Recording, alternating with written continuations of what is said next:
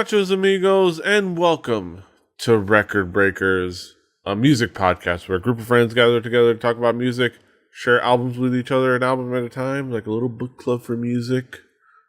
I'm Petey Rave.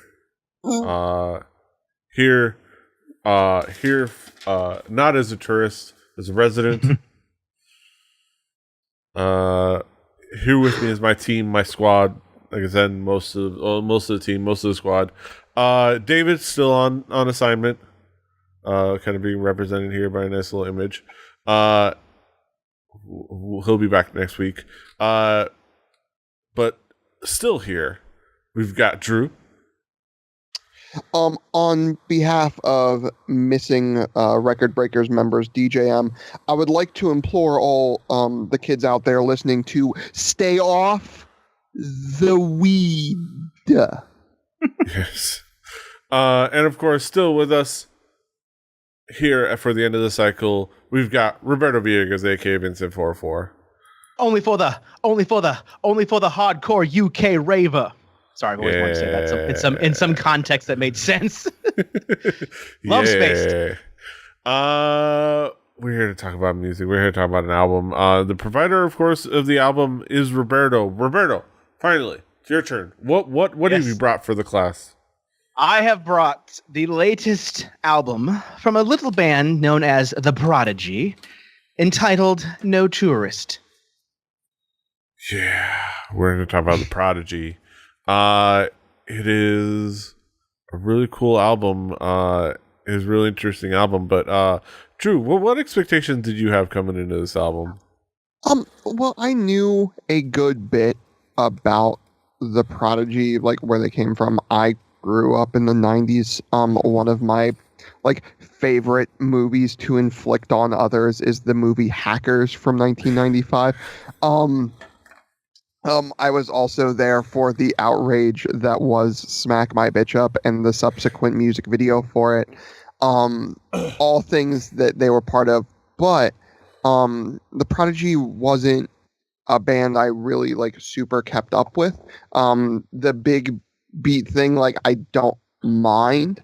And when it's presented to me or it's where I'm at, it's always something I can have fun to, but was never really something I searched out a lot of. So I was really excited to see where the band went from the 90s era that I knew them to what they are now, and just get into it. So yeah, I'm fairly familiar with The Prodigy. I brought I was the one that brought the Liam's mixtape turned album here, the Dirt Chamber Sessions Volume 1 back in the day. Yes. Listened to Fat of the Land quite a few times. Invaders Must Die. I've listened to quite a few Prodigy songs and mixes and things like that. And I'm familiar with the sound and how they progressed. But I was definitely not as familiar because I've been negligent, especially with a lot of the bands that I follow, and getting to their newest stuff. So The Prodigy, this album, I hadn't gotten around to listening to, so I was definitely looking forward to seeing what the sound was going to be like, especially since recent events. Roberto, how would you describe this album musically? Well, it's funny because I've been a fan of The Prodigy since Fat Atlanta was my introduction to them, but I went back, listened to Jilted Iteration, The Experience. I've kept up with them pretty much throughout the entire career. Even some of the weirder songs that they have even kind of distanced themselves from in terms of subject matter. We won't really go into that song per se, but it's funny because the album itself. Is very interesting, and I think it kind of sets a tone in a weird way. So on the cover of the album, for those who can't see the album for some reason, there's a double-decker bus out of that, and if you look on the actual symbol up there, the actual where it's going in terms of direction, it says the Four Aces Club, which was the first club that the Prodigy played at, back in '91, back in the early UK raving days, where they had songs like Charlie and stuff like that. And so a lot of this album is almost a weird look back at music of the Prodigy, because if you've kind of listened to the Prodigy like I have, you're not a tourist per se, you're more of a local in terms of the music genre. A lot of the songs you can kind of map the DNA of where they would belong and where they got that influence, because it's definitely new and it's definitely great, and it might be my favorite Prodigy album because of how hard it comes at you. Yeah. And I could go on and gush, but I'm gonna pull back a bit so I can let everyone else kind of talk about it. Drew, how would you describe this album musically? Drew, you hit the cough button. My bad. But the thing about the Prodigy that I always remembered was how hard everything sort of hit, and that was sort of what this genre and this era of electronic music was sort of really known for, was the big beat in general, your Chemical Brothers and whatnot, was all these like big, like hard hitting beats all the time. It was very in your face. Like, I feel like the term club banger started because of the like 1990 to 97 like rave scene that was happening in like the UK and in America and stuff like that. So like that was here still. That has not changed a bit. But what has changed, I feel like, is the chops, which is really cool. It feels much more well thought out. It feels a lot less manic than a lot of the earlier Prodigy that like I remember hearing. It's measured in a way that I think is really, really cool, and it's something that comes with age. You listen to something from a band that's been around this long, and there's not many of them out there to compare to, especially in like the electronic music space. So like you compare like an early Bad Religion record to a Bad Religion record now, there's a lot of the same themes and elements, but it's refined and it's well thought out. Listening to this is cool because you can sort of, even though this is a new record, you can hear, because of the similarities to the old style, where like something like a dubstep would get its like the drum modulation and the way they use that drum and bass modulation mixed with those synths is something that would be taken to an extreme in something like dubstep, but was started here. And it's not like gained and fuzzed out, but it's there. That modulation, that weirdness that they use to really thicken that low end up is there. Having not listened to them, like I said, since like, again, I've listened to them recently, but it's mostly because I had the Hackers soundtrack on.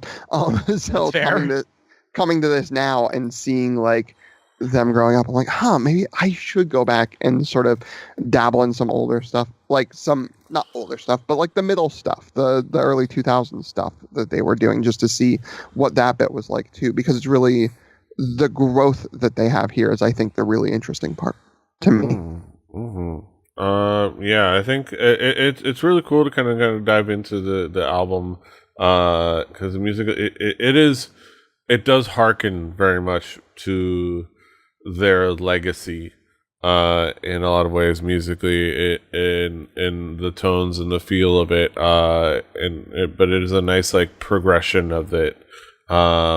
It has a great energy to it. It has a great like intensity to it, and it has a really cool vibe to it, and it has like it just has all those elements that you want from a Prodigy record, that work really well. Let's get down to the songs, the tracks. Roberto, what would be some of the key tracks for you? This is a hard one because honestly, every track is great, in my opinion. Every track is a banger, as has been mentioned, and that. So it was definitely hard for me to figure out like which tracks could stand out amongst an amazing album for me. And so I basically started saying, okay, well, what are the songs that I myself have gone back to, drifting back and forth on? I would say for me, Time Bomb Zone for sure.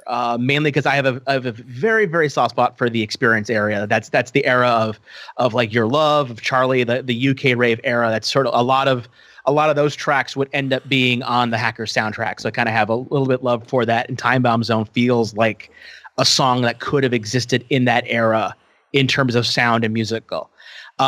Champions of London is freaking hard as heck, and Keith Flint's vocals are probably perfect. And yes, this is maybe due to his death recently, and I've been kind of drifting back on that. But even then, it's one of those songs I played in the car that just crank up and just jam out to. And lastly, We Live Forever. It's funny because when I first started hearing this album was at work late at night, and I saw like, oh, a new Prodigy album, Rock and Roll. And I flipped on that song just as kind of the, random pick. And it was everything I wanted from a Prodigy album. It was, it felt like a song that had elements of Jilted Generation, of Experience, of The Day Is My Enemy, and all these sort of other albums in terms of that, where it was this culmination of everything that Prodigy was, in not just in terms of tone, in terms of song, in terms of energy. And it was like, this is amazing, and definitely kicked me off in this, like, this is why it's one of my top albums, because it feels not just like a culmination of what Prodigy is, but what they were and what they will be, and that kind of thing. It's hard to kind of explain, but yeah, I'd say those three tracks are my standout if I had to pick standouts. Yeah. Drew, what would be some of the key tracks for you? We'll need someone. Fucking start to a record. You need to see you need to see the music video for that if you get a chance, Drew. The video is insane.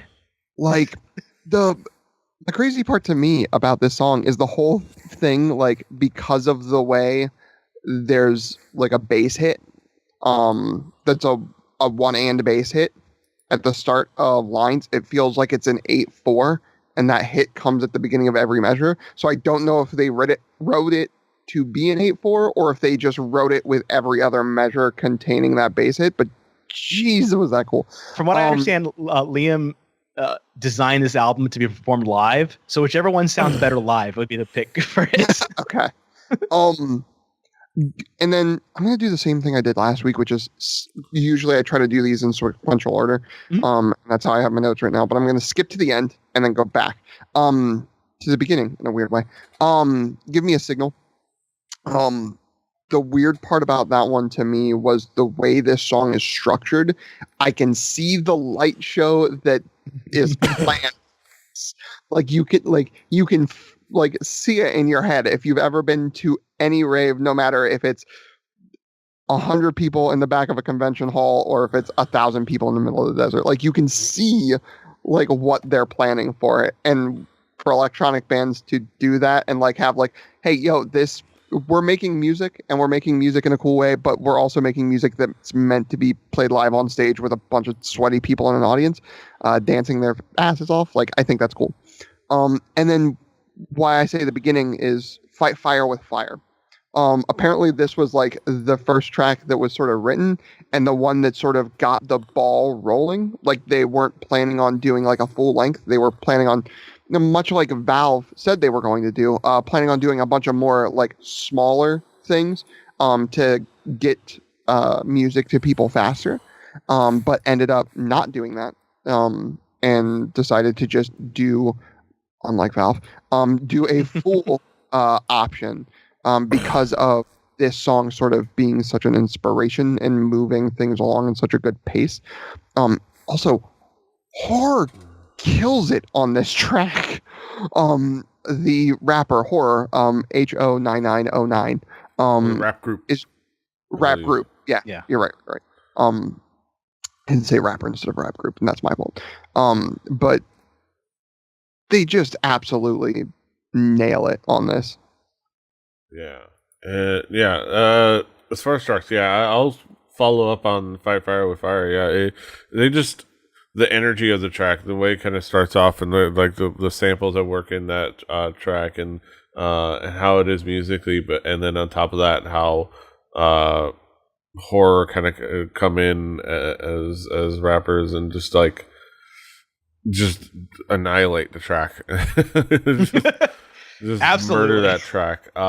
And it's just fantastic, and it gives a nice energy into the middle of the album. And it's a beautiful thing. And I will say another track that I would give love to, Boom Boom Tap. I think it's just a cool vibe. It's a cool song, and I like the fact that it's a song that samples an Andy Milonakis track. Because I was looking at the credits and not realizing in retrospect, but I saw Andy Milonakis as a credited writer, and I realized, oh yeah, because it samples an Andy Milonakis track that I obviously haven't heard before. But I think it does it to good effect, and I think overall it constructs a really cool hot banger of a track in Boom Boom Tap. Like it just hits you over the head right at the beginning and just kind of drives it home going forward. Yeah, let's bring it back around the horn, talk about some conclusive thoughts. Drew, what will be your conclusion at the end of the day?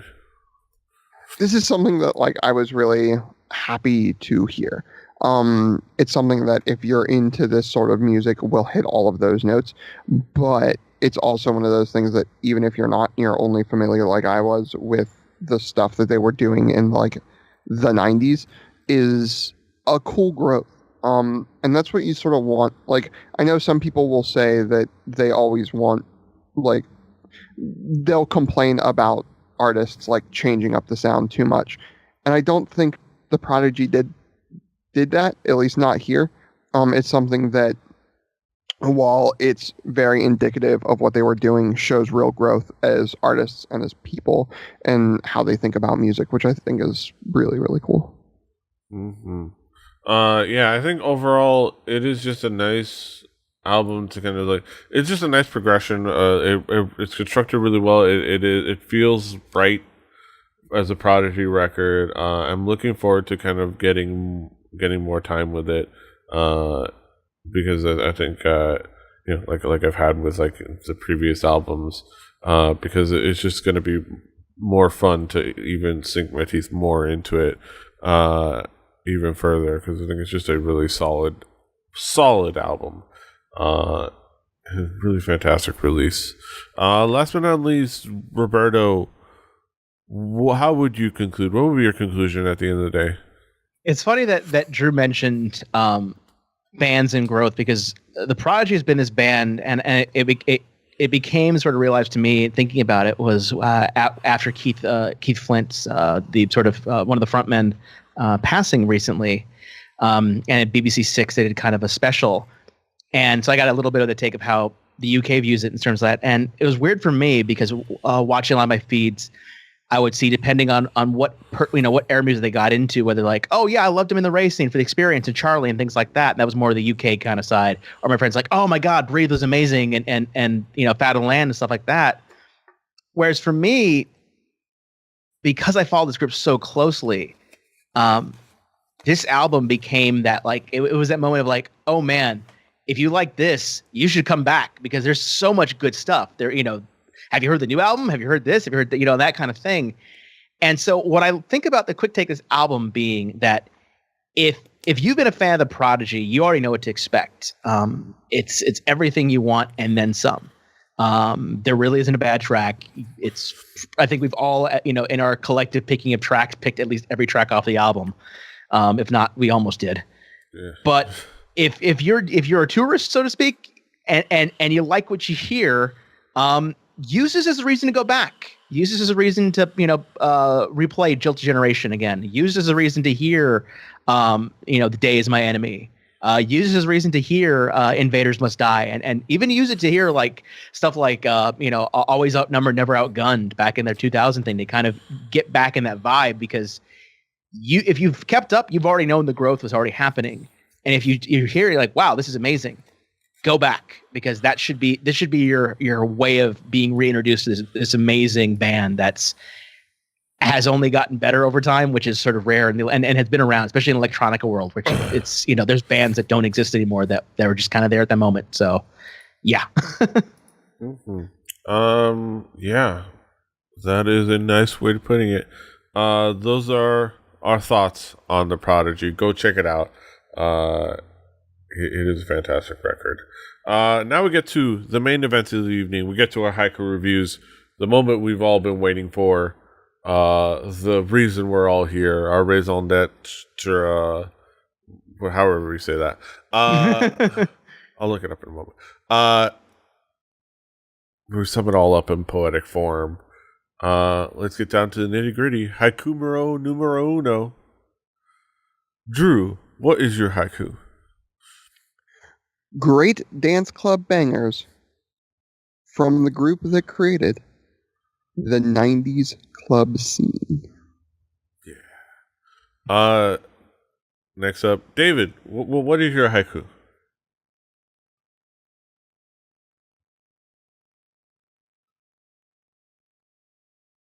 Nice. Bravo. I don't think we can follow up on that, but we'll try. One of us has to. Yeah. I'm up.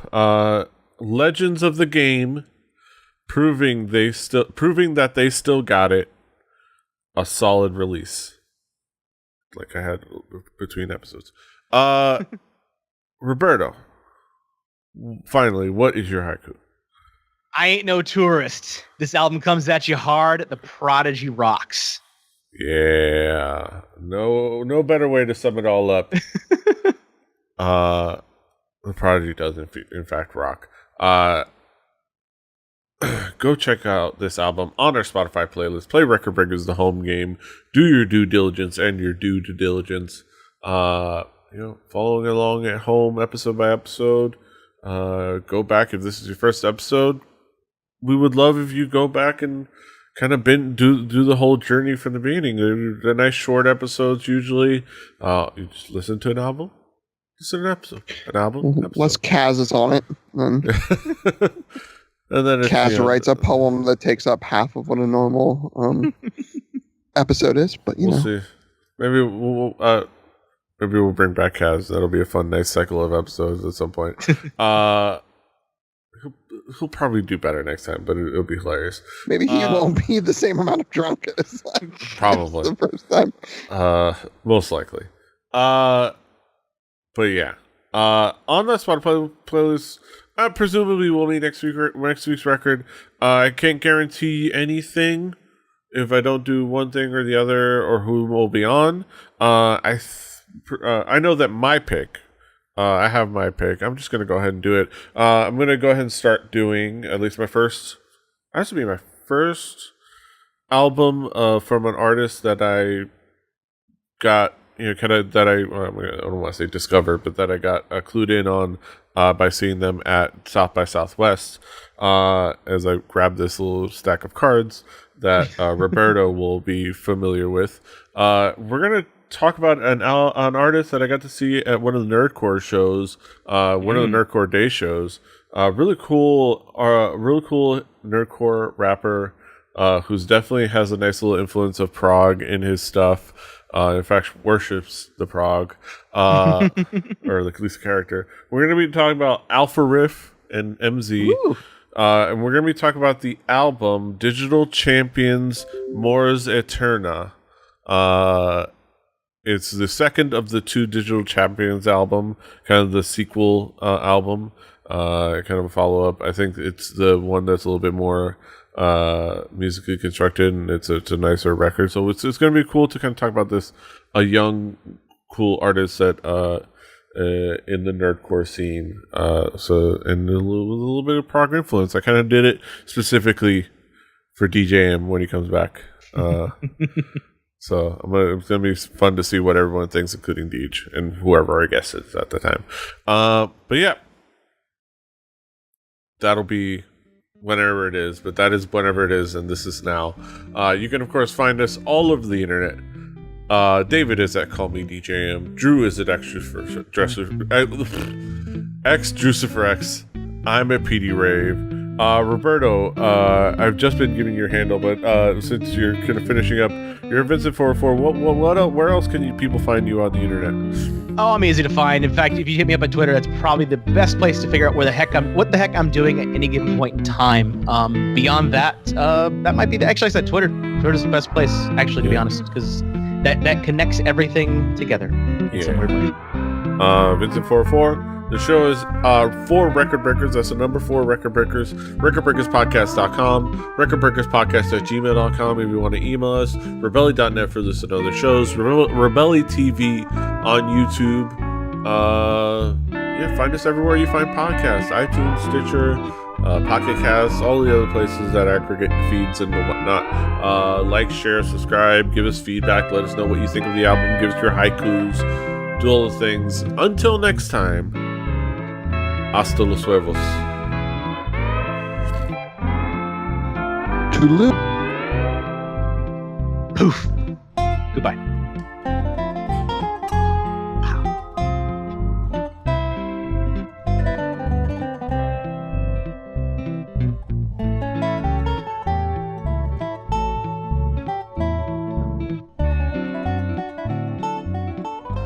Diamond Club hopes you have enjoyed this program.